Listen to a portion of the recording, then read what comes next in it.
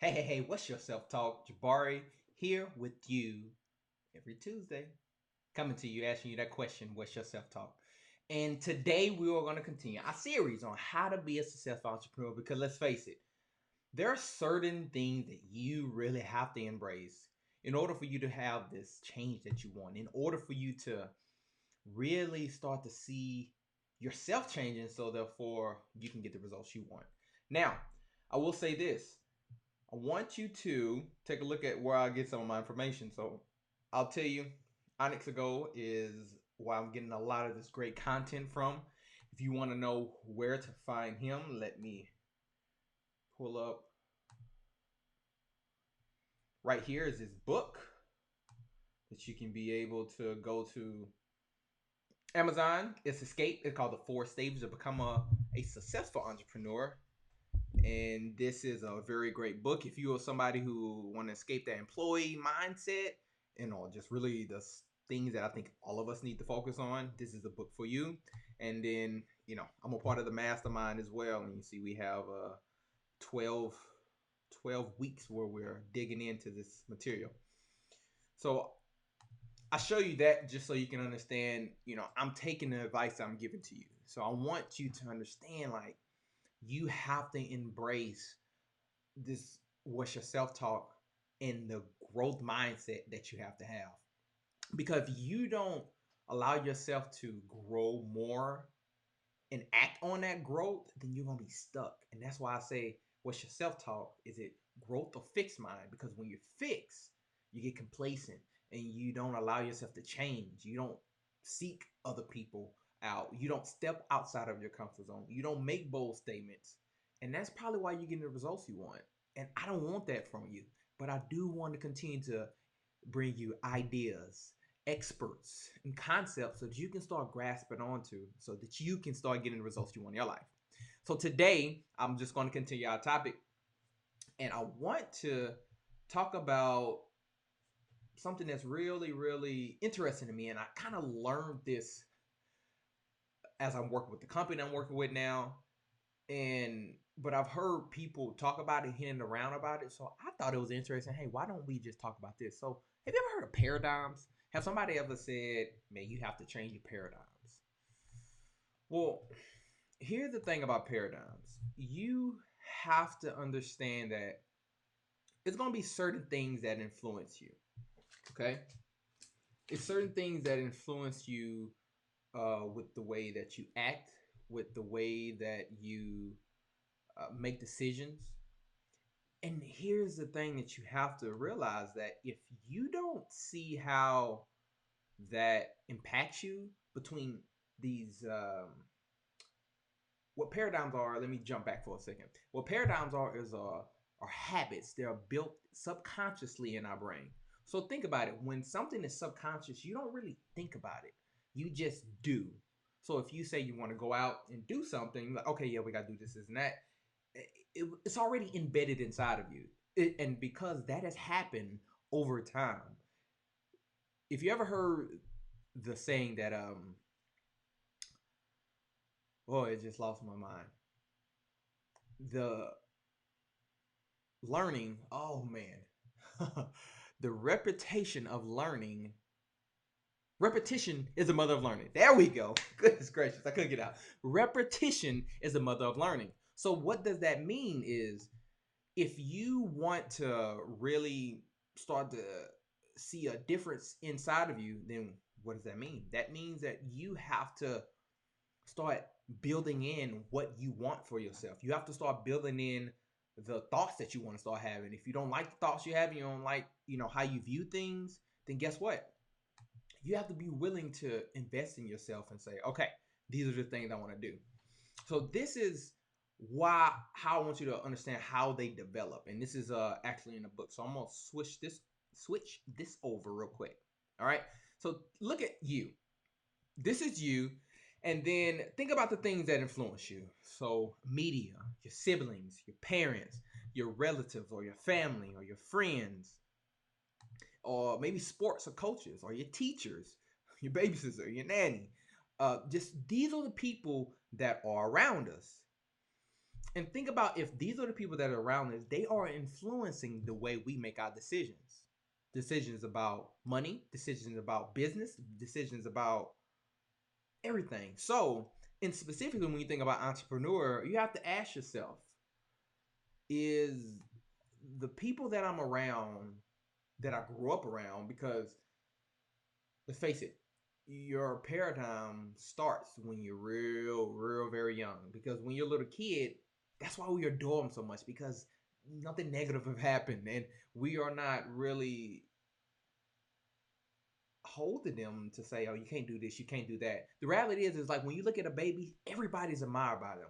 Why? Because they are so cute, and they can do whatever, they can say whatever, and it's no filter. Think about how some kids can get away with something crazy that an adult, if they say that exact same thing, oh, that is against the law, right? But it's because as you look at that child, is that they don't really have they haven't developed what they're really saying. They're just repeating what you said or what the TV said or whatever. So when you think about paradigms, I need you to remember is they take a while to develop. Now, scientifically, what we talked about our mastermind today was up at the age of 12 is it officially when our paradigm is officially formed, and now um, we do start to, what is the word I'm looking for? We start to act out of our paradigms, and it's at that time that you start saying no to things. You start saying yes to things. Now, whether that's good or bad, that's your choice. But here's the thing: paradigms are deeply embedded in your subconscious mind, and it's those habits that you have. If I can pull it out. So habits that are embedded deep within your subconscious mind. And like I said, we form this at a young age. And I need you to understand, in your brain is a lot of deep habits that you have to work out of. When we was doing this exercise today, and if you look back at this chart that I'm showing you, when I looked at that, he said, well, here's the thing. Your paradigm developed by maybe one of these things that develop your paradigm. So I said, well, I look at friends. Friends and sport coaches really influence my paradigm. So I would say if I put a percentage to it, it was 70% friends and then 30% sports and coaches.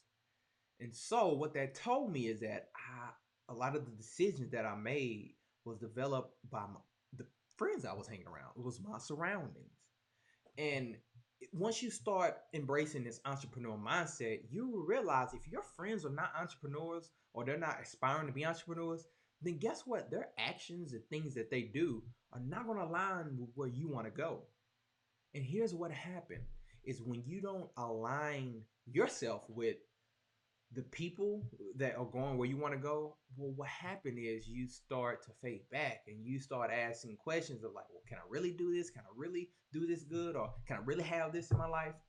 And that's hard because if you're so concerned about those friends or those people you're around, they can't help you. And the second point I want to point out is the power of thought. So paradigms produces thoughts. So if paradigms is deeply embedded into your brain, okay, then the thoughts that come up are going to be some form of paradigms. Uh, let's see here. Think about what they teach us in school. So maybe we get a book. I'm reading a few books. Let's see what's going to be a good example. So this book right here. So this book is the book of rental property investment. So me and my wife have a real estate company, and I'm constantly seeing what are the things that we need to do to shape our business. And here's the thing. I never knew too much about real estate and investing. But in my paradigm would say, well, you don't have no life experiences that you have bet in your mind that this is a good thing. So when I go out and I start talking about this, most of the people that I'm talking to don't understand it.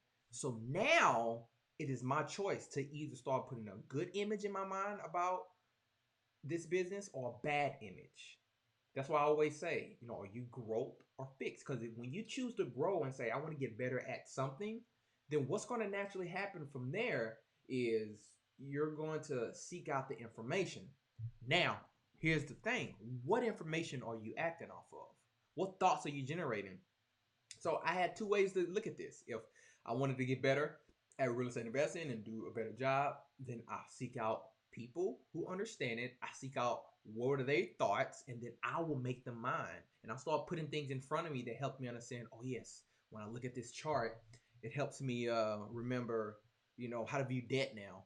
And um, when I look at this book, I remember, oh yeah, this is going to continue to fuel my mindset on growing towards being better at running a business. So you have to be very, very careful about your thoughts, because your thoughts would eventually become your actions. And that's why I think this last part is so, so important. And it's important for me. And it's just having mentors. You have to have mentors. And here's why: it's people who are ahead of you, maybe by a few steps, maybe by some miles, and maybe, let's just face it, they've probably been around the world and back already, right? And you have to be able to reach out to those people, put yourself in position of those people, because they will help you see, what are the faults you have in your paradigm, and what are those subconscious habits that you are not aware of, or also what are the thoughts that you're having, and what are the thoughts you need to be meditating on, what are the thoughts that you need to embrace in order for you to get this results that you want in life. So I want you to take this with you, and I actually want you to visit our new link. So I'm starting up interviews with some people that have been influenced to me, whether I know them personally or on in some of the books that I read, or if I've been on their podcasts or whatever. But just individuals who have just really helped me and embraced me on this journey of being a successful entrepreneur. And I want you to learn, because here's the thing: information is powerful, but I have learned the information and I put it into play. That's even more powerful.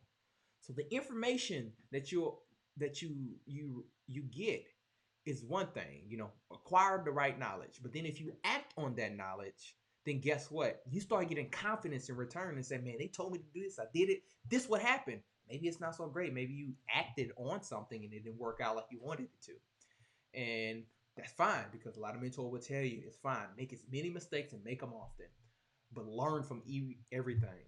Okay?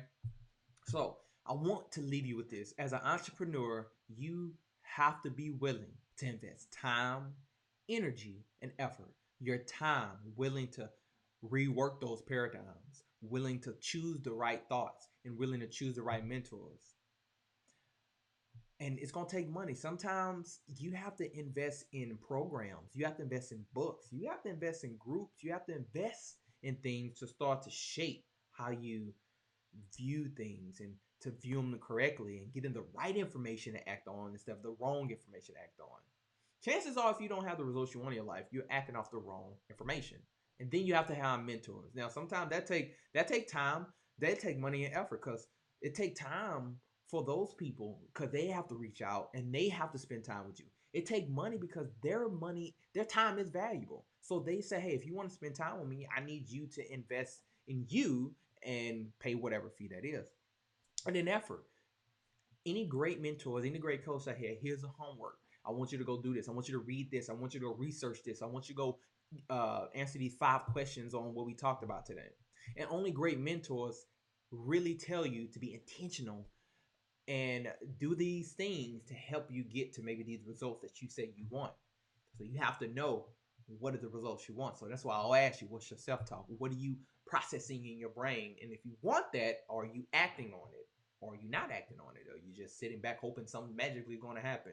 Well, chances are you're going to lose out and you're going to miss out on some great opportunities because you're still wondering.